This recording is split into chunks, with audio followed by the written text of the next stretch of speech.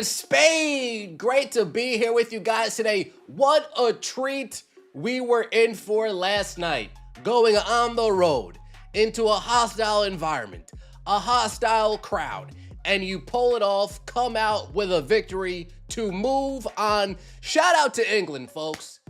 Shout out to England. They went into the Azteca and they came through. They held their composure, getting a red card. The Indiana Fever just beat the Las Vegas Aces, and you'd think that would be cause for celebration. But here's the thing, this wasn't your typical victory. Caitlin Clark wasn't on the floor, A'ja Wilson wasn't suited up either. And what happened after the final buzzer? That's where things got really interesting. Stephanie White walked into that locker room and delivered a speech that had fans, analysts, and critics all asking the same question. Did she just throw shade at her own star player? The stats tell one story, the optics tell another. And when you add in a suspicious post-game handshake between two rival coaches, you start to wonder if what we're watching is actual competition or just another episode in the WNBA's ongoing reality show. Let's take a listen and hear what Stephanie White had to say, shall we? All right, y'all. Great job. Great job. We did a lot of great. First things first, before we get into this, I never want to see this much of Stephanie White's arms ever again. Let's just keep it a buck.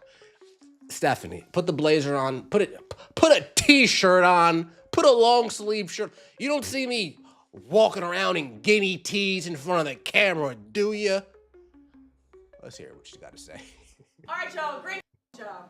Great job. We did a lot of great things. I'm sure this has to be a season low 7 turnovers. Wow. You hear that, Caitlin? Season low 7 turnovers, Caitlin. You take care of the ball, you give yourself a chance, right? You hear that, CC? You take care of the ball, you give yourself a chance. 7 turnovers. You have 7 turnovers in a game sometimes. 13 offensive. Let's set the scene. Indiana Fever versus the Las Vegas Aces. On paper, this should have been a marquee matchup, but both teams were missing their biggest names. Caitlin Clark was out for the Fever. A'ja Rebounds. Extra possessions matter. We out-rebounded them 39-30. 13 offensive rebounds. Sounds like y'all were missing. Really good stuff. First quarter, y'all, they shot 62%. By the second quarter, we had them down to 45. By the third quarter, down to 40. And we ended the game in the 40. And third quarter, 26-14. We came out of the gate ready to go. Okay, all of that matters. All of that matters. We were resilient early in the first quarter, and then we continued to climb throughout the rest of the game. Okay, really proud of you guys. That's a great win. It's a great effort. That's right. That's right. They came together like a fist. The team was resilient and came together like a fist.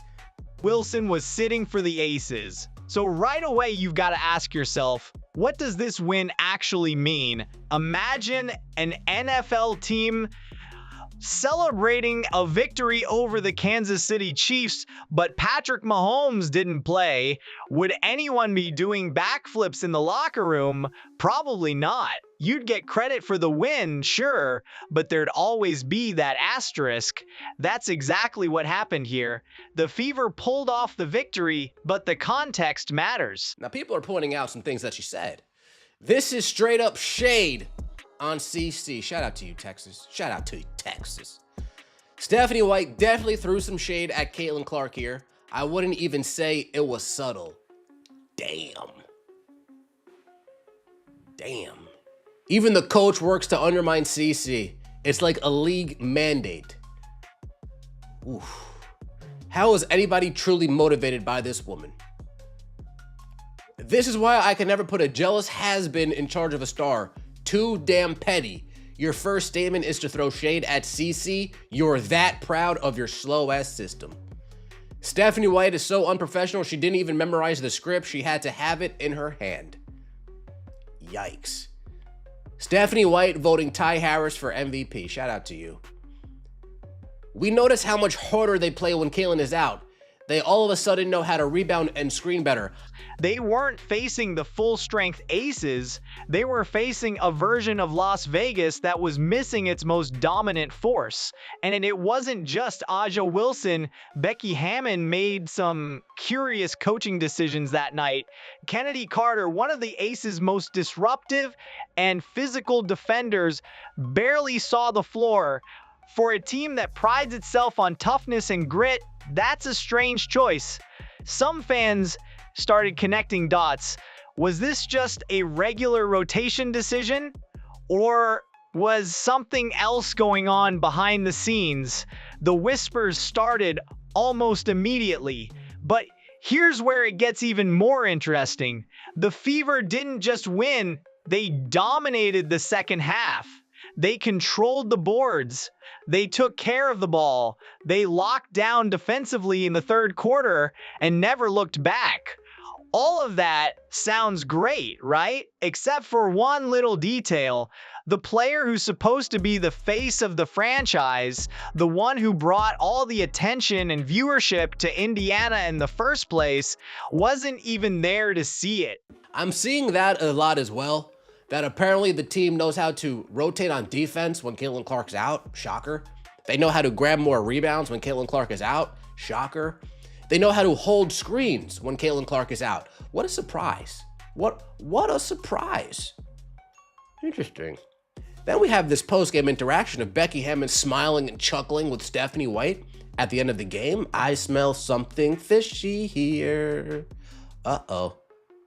Got Stephanie White. Come here, Becky. Give me a hug. Come here. Give me a hug. Give me a hug. This is it. This is what happened right here. This is what happened right here. Come here, Becky. Give me a hug. Give me a hug. Yeah, thank you for sitting, Kennedy Carter. Thank you. We really needed to keep this narrative going. I appreciate you so much. Appreciate you so much for keeping Kennedy Carter. Oh, and you sat Aja Wilson this game too? Thanks for sitting Aja Wilson. I appreciate that. Man, you really helped this narrative keep going. All right, see you later. Bye. Bye, bye, bye.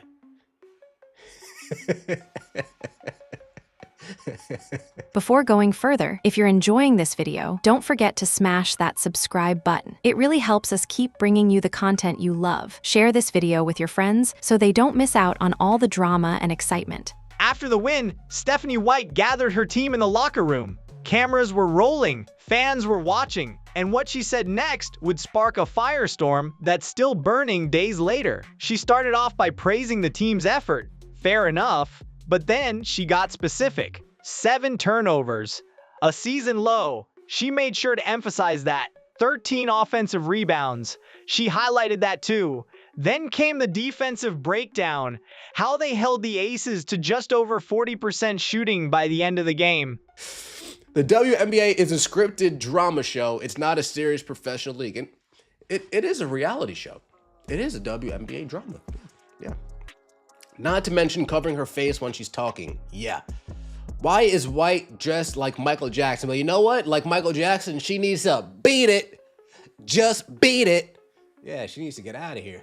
Fixed, rigged, and corrupt.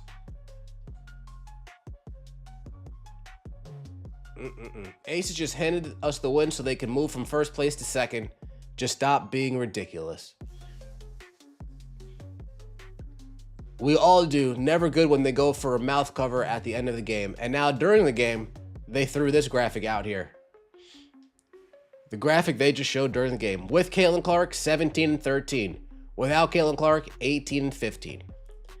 Now the plus minus with Caitlin Clark is +3. The plus minus without Caitlin Clark is 0. All of these stats, all of this praise, and not once did she mention Caitlin Clark. Not once did she acknowledge that their star player was missing. Now, you might say that's just good coaching. You focus on the players who were on the floor, the ones who contributed to the win. But here's the problem. Those stats she was celebrating, they're a direct contrast to what happens when Caitlin Clark plays. Clark is known for her high usage rate, her aggressive playmaking, and yes, occasionally her turnovers. But you're going to have numbers like this. Oh, their defense is much better without Caitlin Clark. Oh, they still, share the ball the same amount, just an assist and a half less without Caitlin Clark. Oh, maybe they really don't need her.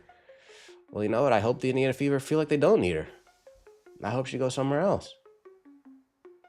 She pushes the pace. She takes risks. That's what makes her one of the most exciting players in the league. So when Stephanie White stands up in front of the team and celebrates a game with low turnovers and methodical execution, it's hard not to read between the lines. Fans certainly did. Social media exploded. Comments flooded in. People called it subtle shade. Others said it wasn't subtle at all. Some went as far as to say Stephanie White was openly undermining her star player in front of the entire team. And honestly, it's hard to argue against that take. The tone of that speech wasn't just about celebrating a win. It felt like a statement, a message. And the message was clear: this team runs smoother without Caitlin Clark. During the broadcast, a graphic popped up on screen that added fuel to the fire. It showed the Fever's record with Caitlin Clark versus their record without her. With Clark on the floor, the team was 17-13. Without her, they were 18-15. At first glance, those numbers look pretty similar, but that's exactly the point. The team isn't significantly better with their franchise player. Now, before we jump to conclusions, let's dig a little deeper. The plus-minus tells a different story. When Caitlin Clark plays, the team's overall performance is noticeably better. The offense flows, the spacing improves, the pace picks up. Clark's ability to create shots for herself and others changes the entire dynamic of the game. Without her, the Fever become a more traditional, grinded-out type of team. They're not flashy, they're not explosive, but they're consistent, and that's where the debate starts. Are the Fever actually better without Caitlin Clark, or do they just run Stephanie White's system more efficiently when she's not there? Because those are two very different things. If the system doesn't fit the player, that's a coaching problem. If the player doesn't fit the system, that's a roster problem. But if the narrative being pushed is that the team is simply better off without their star, that's a much bigger issue. There's also the question of competition. Who were the Fever playing without Clark? The Aces without Aja Wilson, the Sparks without Kelsey Plum, and Cameron Brink. These weren't exactly full-strength opponents. So yeah, the Fever won those games, but context matters. Beating a depleted roster doesn't prove you're better without your best player. It just means you took care of business against weakened competition. Here's the thing about Stephanie White's coaching style. It's old school, it's methodical, it's built around ball security, defensive rotations, and controlling the pace of the game. There's nothing wrong with that approach. In fact, it's won a lot of games over the years. But it's also a style that requires players to buy in completely, and more importantly, it requires players who fit that mold. Caitlin Clark doesn't fit that mold. She's a playmaker. She's a risk taker. She's the type of player who sees the court 3 passes ahead and isn't afraid to thread the needle. That means she's going to have turnovers. That means she's going to take shots that don't always fall. But it also means she's going to create opportunities that nobody else on the roster can. When Clark is out, the Fever run White's system to perfection. They take care of the ball. They execute the game plan, they play disciplined defense, and they win games against teams that are also shorthanded. But when Clark is on the floor, the game becomes less predictable, the offense speeds up, the tempo shifts, and suddenly Stephanie White's carefully constructed system starts to crack. So what's the solution? Do you adjust the system to fit your best player, or do you force your best player to adjust to the system? Most coaches would say you build around your star, you maximize their strengths and minimize their weaknesses. But Stephanie White seems to be doing the opposite. She's built a system that works better without Caitlin Clark, and that raises a huge red flag. There's a growing sentiment among fans that Stephanie White would rather have a point guard she can control, someone who follows the game plan to the letter, someone who doesn't deviate or freelance. Caitlin Clark is the opposite of that. She's dynamic, she's unpredictable, and maybe, just maybe, that makes her incompatible with what Stephanie White is trying to build in Indiana. After the game, cameras caught a moment that had fans raising their eyebrows. Stephanie White and Becky Hammon met at midcourt for a post-game handshake. Nothing unusual about that. Coaches shake hands after every game. But this wasn't just a quick handshake, it was warm.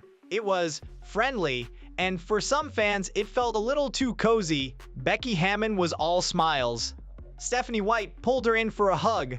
They exchanged words while covering their mouths, and social media went into overdrive. What were they talking about? Why did it look so friendly after a competitive game?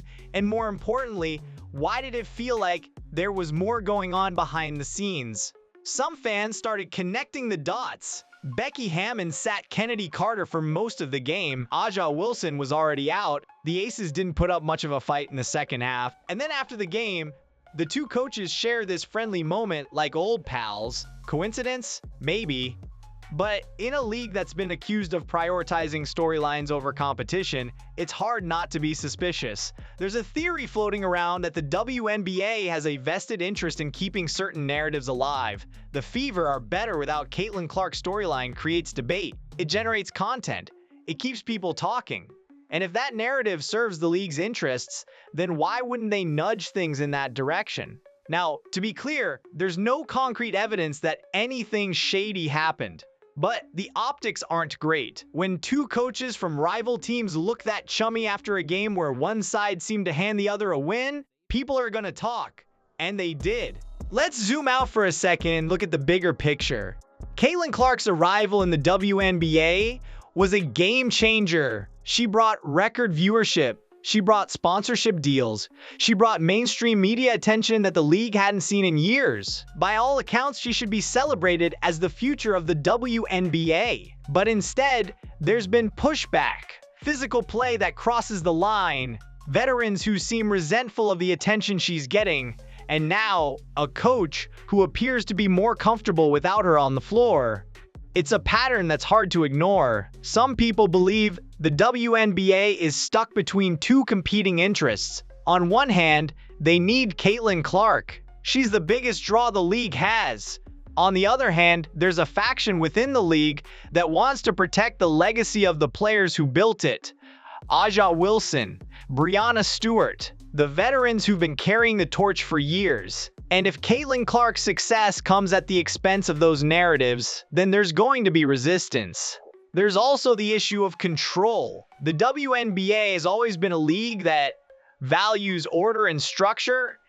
It's a league that's been carefully managed from the top down, and Caitlin Clark represents something different. She's unpredictable, she's polarizing, she doesn't fit neatly into the boxes the league has created. And for some people, that's a problem. So the question becomes, is the league genuinely trying to promote Caitlin Clark, or are they subtly working to keep her in check? The evidence suggests it might be a little bit of both. If the Indiana Fever genuinely believe they're better without Caitlin Clark, then the conversation shifts pretty quickly. Why keep her? Why build around a player who doesn't fit your system? And more importantly, why would Caitlin Clark want to stay in a situation where she's not fully appreciated? Clark has leverage. She's the most marketable player in the league. She could go to almost any team and instantly make them relevant. A move to a franchise that's willing to build around her talents could unlock a level of success that Indiana simply isn't capable of right now. Imagine Caitlin Clark on a team with better spacing, better shooters, a coach who's willing to let her run the offense her way. The results could be devastating for the rest of the league. She'd put up numbers that would make her MVP case undeniable.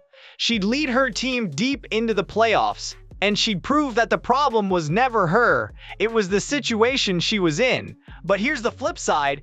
If Indiana lets Caitlin Clark walk, they go back to being irrelevant. They go back to playing in front of a few hundred fans. They go back to fighting for the last playoff spot instead of competing for championships. And all that attention, all that buzz, all that national media coverage, it disappears overnight. So the Fever have a choice to make.